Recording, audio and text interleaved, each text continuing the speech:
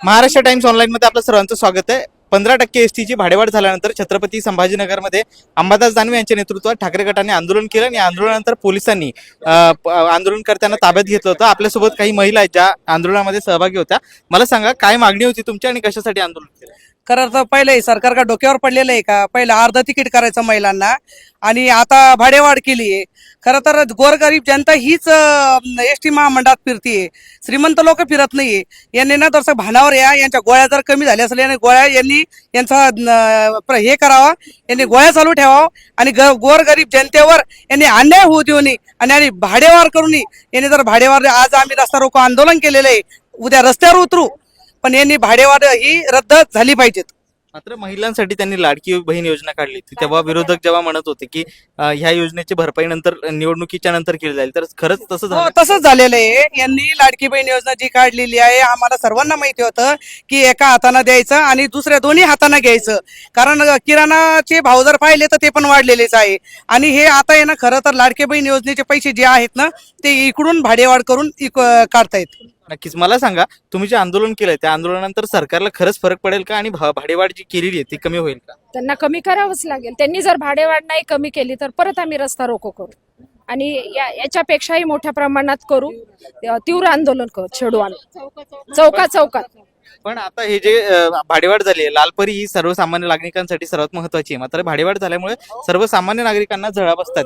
तर याचा विचार सर्वसामान्यांचा विचार सरकार करत नाही असं म्हणायचं? नाही, सर्वसामान्यांचा विचार जर आजपर्यंत सरकारने केला असता तर प्रत्येक गोष्टीची जी वाढ झालेली तर ती झालेली नसती. आज गॅसचे दर वाढलेले आहेत, आज पेट्रोल डिझेलचे दर वाढलेले आहेत.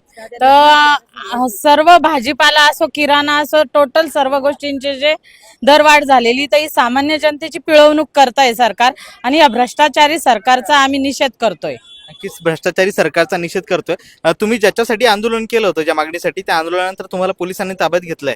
हो, 10 वेळेस घेतलं चालेल, पण आम्ही गोरगरीब जनतेसाठी रस्त्यावर येऊन आणि चौकामध्ये पुन्हा भाडेवाढ जणी मागे नाही घेतली तर आम्ही आंदोलनच करू चौकामध्ये. काय सांगाल तुम्ही? सामान्य जनतेचा पिळवणूक करून रक्त पिणारी सरकार यांचा आम्ही धिक्कार करतो. 15% दरवाढ झालेली आहे. आजपर्यंत इतकी भाडेवाढ कोणत्या सरकारनं केलेली नाही. एवढं नालायक सरकार आहे. यांनी भाडेवाढ जी केलेली आहे त्याचा आम्ही धिक्कार करतो. आणि जर त्यांनी भाडेवाढ कमी नाही केली, म्हणजे रद्द नाही केली, तर आम्ही जास्तीत जास्त तीव्र आंदोलन करू. मात्र सरकार जे काही सातत्याने वेगवेगळ्या योजना आणतंय, सर्वसामान्य जनतेचा विचार करता असं सातत्याने जाहिरातीच्या माध्यमातून सांगतंय. महिलांसाठी अर्ध तिकीट आहे, त्यानंतर ज्येष्ठ नागरिकांना मोफत आहे. तर अशा योजना देखील सरकार आणतंय. वेल देऊन आवळा काढणारी सरकार आहे. आवळा देऊन भोपळा काढणे. काय म्हणलं? आवळा देऊन भोपळा काढणे. दुसरं म्हणजे एक ज्वलंत उदाहरण सांगते. मी आंदोलन निघत असताना माझी भांडेवाली आली.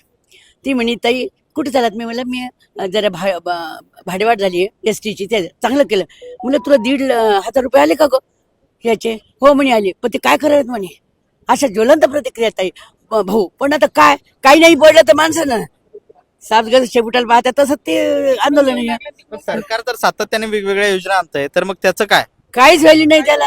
अहो, शेवटी एकीकडे काय साधं, किती ज्येष्ठ नागरिक, तर मी ज्येष्ठ नागरिक आहे, आणि ते काहीतरी मिळवण्यासाठी काही हे असं होतं का भाऊ? तुम्ही किती, आता तुम्ही स्वतः हे आहेत, असं होतं का सरकार कसं सर्वसाधारणासाठी, महागाई कमी करण्यासाठी, गरीब जनतेसाठी केली होती का संजय निराधार योजना? अहो, तुम्ही ज्याला पहा त्याचं सगळं तुम्ही इतिहास मग हे करा.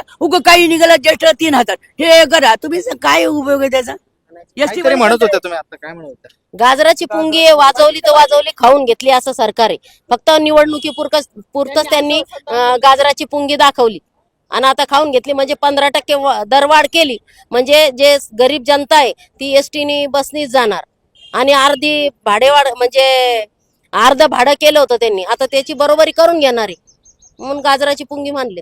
सरकारमधले सगळेच मंत्री सातत्याने म्हणतात की आम्ही सर्वसामान्यांचा विचार करतो आणि सर्वसामान्यांचं सरकार आहे. सर्वसामान्यांना फक्त ते गाजर दाखवताय, विचार ते करत नाही, ते स्वतःचाच विचार करतात. ते नक्कीच. तुम्ही काय सांगाल, काय आंदोलनामध्ये तुमची काय नेमकी मागणी? आमचं एवढंच म्हणणं आहे की आमचा भ्रष्टाचार जो चालू आहे की एसटीचे दरवाढ, महिलांना तुम्ही फ्री करताय, इकडे 15% वाढ करताय, तर ही तर अन्याय झाला ना.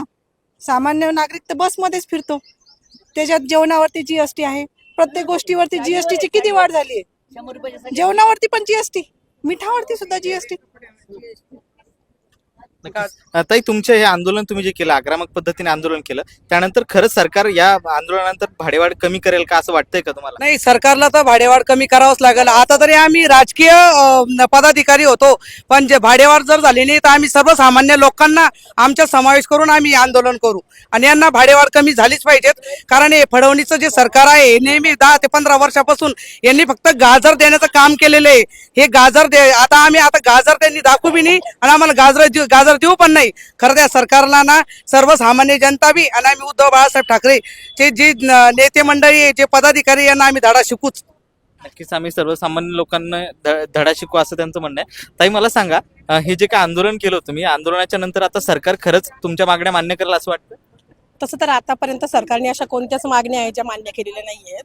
आणि अगोदर अर्ध भाडं करायचं आणि त्यानंतर भाडे वाढवून द्यायचं, या गोष्टीला काहीच अर्थ राहिलेला नाहीये ना.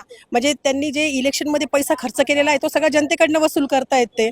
त्याच्यामुळं आता जनतेलाही सगळं समजतंय, पण आता काय घोटाळे होत आहे काय नाही ते सगळं जनतेला माहिती आहे. त्याच्यामुळं काहीच हे नाही राहिलं. नक्कीच. तर हे होत्या ठाकरे गटाच्या महिला पदाधिकारी यांनी सांगितलं की जोपर्यंत भाडेवाढ होत नाही, कमी होत नाही, तोपर्यंत आम्ही आंदोलन सुरूच ठेवणार आहे. सुशील राऊत, महाराष्ट्र टाइम्स, छत्रपती संभाजीनगर.